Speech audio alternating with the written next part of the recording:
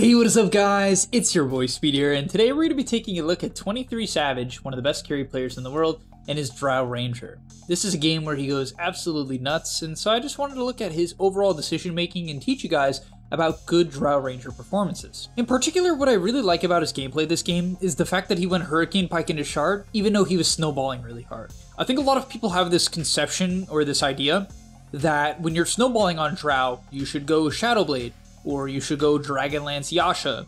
You should go some sort of aggressive build, some hyper damage build. And I actually think that the opposite mentality, rushing a Hurricane Pike, which is built from Force Staff, is often better and enables you to fight. We're gonna look at that play out as he gets pretty active this game. You can see at minute 16, he's 9-1-3. Right? Definitely very aggressive for a Drow Ranger, especially on a team comp with pretty limited frontline, right?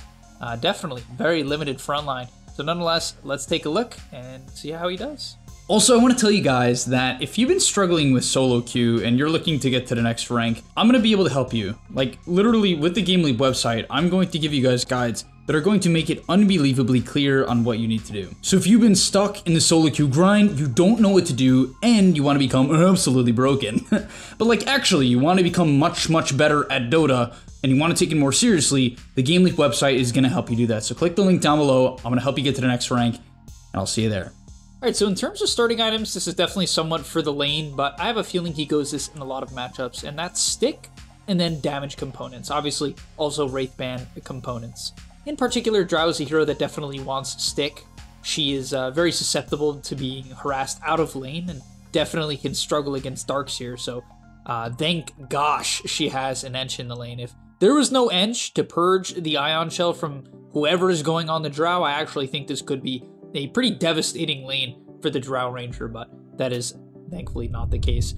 Okay, so the first play I truly want to cover on him is the early 8-minute timing in which he picks up a couple of kills and then actually TPs to the opposite side of the map. So one of the biggest downsides of Drow Ranger as a carry hero is the fact that Drow Ranger is very gankable. Right? She definitely can die to most mid lane rotations, and honestly, even here, I think if this wasn't a complete stomp, like he definitely did extremely well in the lane, and his team didn't react so quickly, he probably should have died. Honestly, I don't even know how he didn't die. Did Tiny not have... Okay, he must have wasted Avalanche or something, because definitely shocking. They must have messed something up, because Drow, as I said, is very gankable, and typically you want to... Oh, shards were terrible. But you want to get out of the lane as fast as humanly possible, right? When you hit level 6, your hero can jungle effectively. It doesn't mean that that's the only thing you should do. It just means that you need to keep in mind if you are under a threat and you are going to have to sit under your tier 1 tower just to feel safe, you can't stay in your lane. You need to move into the jungle. Now, he's going to end up getting ganked. Thankfully, the enemy messed up a little bit, and his team came in and saved him. But from here, I really like his decision-making. I thought this was particularly cool and effective what he does here. So he's going to get a couple of neutral items, farms it up, ships out a salve, right? So keep in mind, 300 HP, no way to sustain, does buy a salve. That's step number 1. And he TPs to top. So why TP top? Definitely a little bit weird. Well, I think there's a couple reasons. Number 1, is they need to open up the bottom tower. The enemy is most likely to open up the bottom tower. Now, that's not to say that they can't gank the Drow, but it's much easier for Zeus and whoever's sitting mid to actually move to here and protect this area of the map than to try to take a long trek across the entire bottom side of the map to protect the Drow bottom. The only way you're going to protect Drow is not by moving over, but rather by smoking or TPing over. And that's unlikely to happen in a manner that's going to actually save the Drow or tank a smoke or whatever, right? So there's that, and then I think it's also how the map plays. You can see he's actually pinging here. He's saying, hey, they could gank me through here. Can you please tank it? So he's definitely nervous about moving through this area. You can see he's very nervous about moving through this area. Only does it when the Tusk moves over, right? This is like top level gameplay, because most players, they're just gonna assume, it's on my side of the map, who cares? I'm not gonna die. No, 23Savage understands that that would definitely be an opportunity for him to die there, and so he moves away. We actually see a smoke gank come out to the bottom side of the map, and this is kind of what I mean. I honestly think that this smoke potentially should be towards the Drow, just because you really do want to shut down this hero early when it's very squishy, if you can. So I don't really understand this smoke, but yeah. He moves to the top side, gets his salve, and is going to clear up the wave. He has the Tusk nearby to sort of protect him. He also sees a couple heroes bottom, so he feels comfortable pushing out this wave. And now when he sees the Puck, CM, Darkseer, Tiny bottom, he can feel comfortable, you know, kind of pushing up into this jungle and taking these neutrals. And this is all just like very important steps to becoming a top level player, right? I think this guy on his main account is 13k MMR if I'm not mistaken, and it makes sense to me. I mean, look at this. He's even expecting the fact that they could have a lane ward to scout out rotations from whoever's in the lane, moving up and down, and he dewards it because he's afraid, right? He understands you have to be afraid as Drow. You have to. Your hero just dies. That it is what it is. And so by dewarding that, he now can farm these camps much safer, obviously because they can't track his movement. So that's super key as they sort of look to bully the Drow. Probably will drag the wave here. Yeah, he sees the Darkseer and the Tiny. Oh, oh, they actually had a lane ward. They saw him run into the trees. That's, once again, just great awareness. And I just want you guys to keep in mind, if you're trying to get to the next level, you have to understand if you're not gaining rank, it's likely, I mean, a part of it or a big part of it is likely because of the fact that when you're making decisions, when you're going on people, it's kind of random. It's just random. You're just running at people. That's not good enough. It's not good enough. You're gonna feed, you're gonna overextend, especially when you're playing Drow, right? If you get active and you don't pay attention, it's not gonna work. But what does he see on the map? Every single one of his threats. Yeah, I guess CM could gank him here, but not alone, you know? And so he just understands that, okay, I see my main threats on the map, the Darkseer, the Tiny, and the Puck. I can go for a quick kill with the multi-shot and then chill. But honestly, the only reason, once again, he's hitting the tower is he has information on who's bottom, so he feels comfortable taking tower. Actually, TP's bottom here to defend. Whoa, not what I would have expected. All right, let's get into this. So yeah, 23Savage is sieging top and all of a sudden decides to TP bottom. I think it's mainly just for kill opportunity, because it's not necessarily the most efficient play. The only reason why I say that is he could take this camp and this wave and the triangle, so it's not like there's limited farm. It almost seems like he's doing this to actually, as I said, kill the Tiny. And that's exactly what they do. Now, he'll probably be hesitant to chase the Darkseer, yeah. You really, as I said, don't want to chase. You don't want to overextend. You're going to look to push this tower. Definitely have to be a little afraid of Coil. Okay, no, they actually see the Puck in the jungle. They see the CM. Puck is TPing in, so maybe he'll die here. I mean, this is risky. He's actually getting aggressive. I mean, the Dragonlance timing is a key timing. You're very strong. As, no, the enemy just not popping a smoke. And to be fair, this Drow hero with Dragonlance, now at this point in the game, so, okay, this is probably a big part of it as well. You could see he is completely itemized. Another step to his good gameplay. He is completely itemized to do what he's doing. He's going to walk up and hit a tier 1 tower when they could TP in, which they do. You have to be itemized to do this. Imagine if he had a Yasha, right? Imagine if he had a Yasha. Imagine if even he had a Dragonlance and no raindrops, no fluffy, no wand, which is very common for the average player, right? A lot of 3K Drows that I've coached, I've coached plenty of them, right? I've coached plenty of them. They go Yasha components here, and that's fine. You can do that. It's a build. It just means that you're going to hit neutrals very quickly. Okay, fine, hit neutrals. But if he wants to siege a tower, if he wants to TP bottom, set up on a Tiny, which by the way is very cool because his Prophet TP top. So it sort of opens up the game for the Prophet a little bit too, which is definitely something to know. Right? It's good for the Prophet's game. I don't know if that's what he considered, but I definitely think it's likely that that was potentially in his mind. So it opens up the Prophet's game. But yeah, as I was saying, his items are optimized. So many small, efficient items. And as I said, this is kind of the nice thing about having this mentality. A lot of people play this way anyway. Like, a lot of people play this way, and then they buy items that are not conducive to this playstyle. They buy items that are meant to hit the tri-camp for 5 minutes, which you can do, the playstyle, but that's not what they do.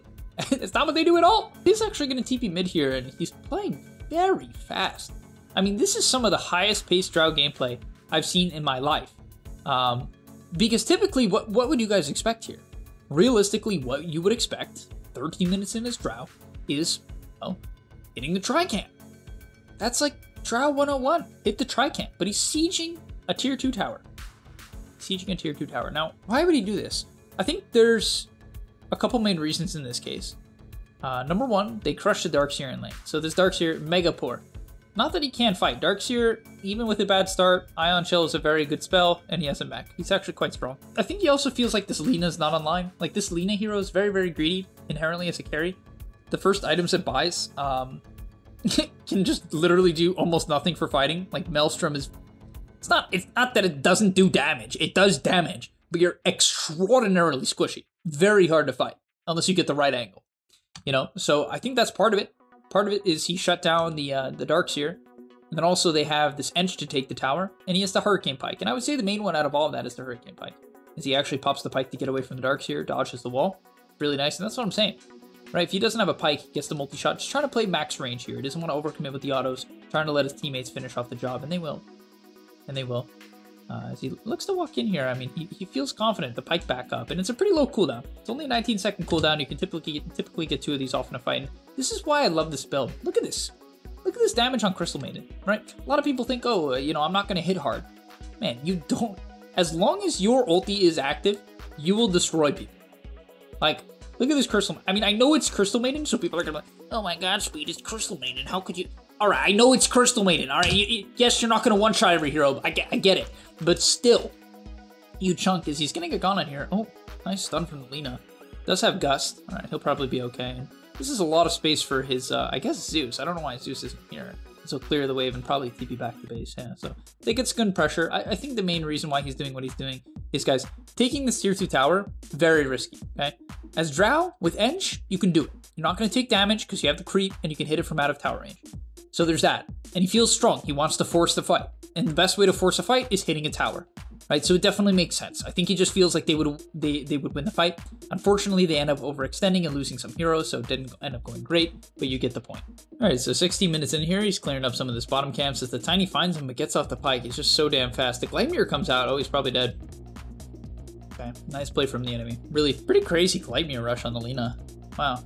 I haven't seen that. I mean, it is good for fighting. I'll give her that. And they do have some gap close issues. Early game, previous to the Tiny blink, the Puck doesn't go blink either nowadays. Neither does Darkseer. So you actually lack some initiation. So I don't mind the Gleipnir from the Lina. That's cool. Yeah, it picks up his shard now. If you don't know what Drow's shard does, basically every time you auto attack something with frost arrows, or if you multi-shot, it applies a stack of hypothermia.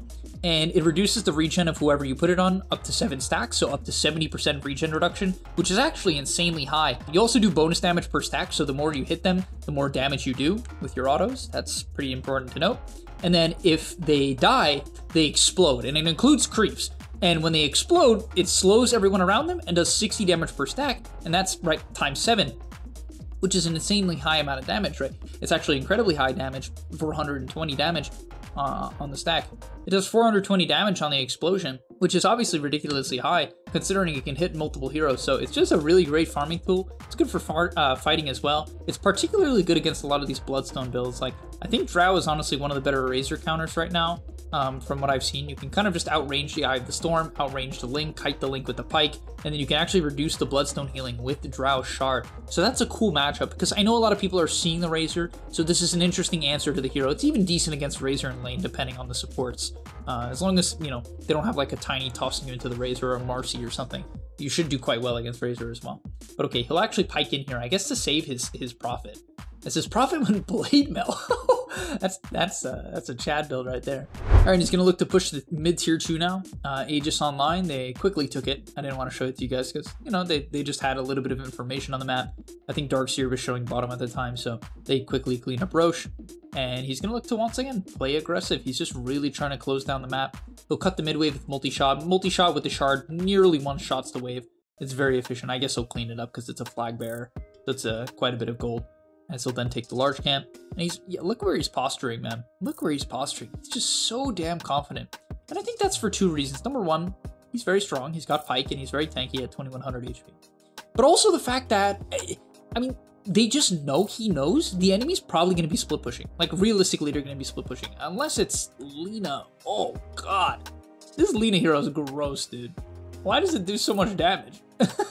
As he's calling for his Ench to heal him. Oh no, he lost Aegis. Alright, that was pretty bad. I'm not gonna lie. As they find the Tiny though, at least. So they get the Tiny. He wants to go high ground off the Ench creep. They don't have an Ench creep, but they do have a lot of heroes that benefit from the Drow era. Ench Drow is a classic. It does so much damage. Because the Ench gets a lot of agi, which equals attack speed for the Impetus. It's very powerful. And he rushes a BKB here, which is definitely a build that is good at going high ground. So they're looking for it here. Trying to silence the Drow. He wants to finish the tower, but oh, he gets tossed in. He's actually dead. Nice play by the time. And at this point in the game, honestly, he can kind of be somewhat of a support role. Just staying alive with the aura is incredibly good to buff up this Ench and this Prophet in the fights. He doesn't have to even solo the fight. He has a Zeus, he has a Furion, he has an Ench. I mean, they have so much damage, where I even think that this BKB Pike build is somewhat designed to enable his teammates, which I love. I mean, not to say that you can't go BKB if you don't have like a bunch of ranged damage dealers on your team.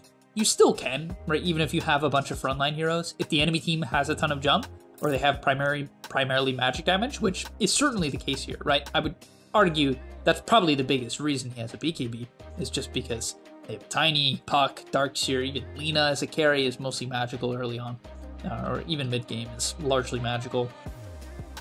So, yeah, it just makes sense as he chases onto the Darkseer here. Isn't going to be able to take him out, as he'll have to briefly reset. I think they end up finding the Puck on the backside here. Yeah, they're going to take out the Puck. After the Puck, I think they find the Darkseer on the back. They find someone on the back. Maybe it's CM trying to defend the tower. Yeah, so they find... Yeah, the CM walks up. They find the CM. He actually pikes aggressively at her, which is kind of insane. Good surge from the Darkseer, but it's not enough.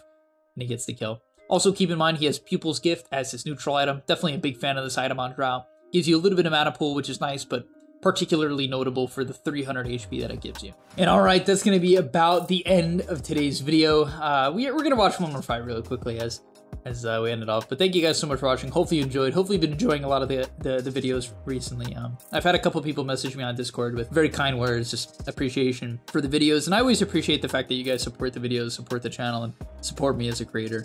At the end of the day, I love Dota and I love making these videos. So thanks for watching. I genuinely appreciate it. But to walk in with the Silver Edge here, clean up the Lina, that's a lot of damage. And yeah, thanks so much for watching. I'll see you in the next one. And I'm out. Peace. And that's all, but remember, before you leave, come on, before you tune out, subscribe to the GameLeap website where we are going to help you get to the next rank. If you're stuck, click the link down below, and I'm out. Peace.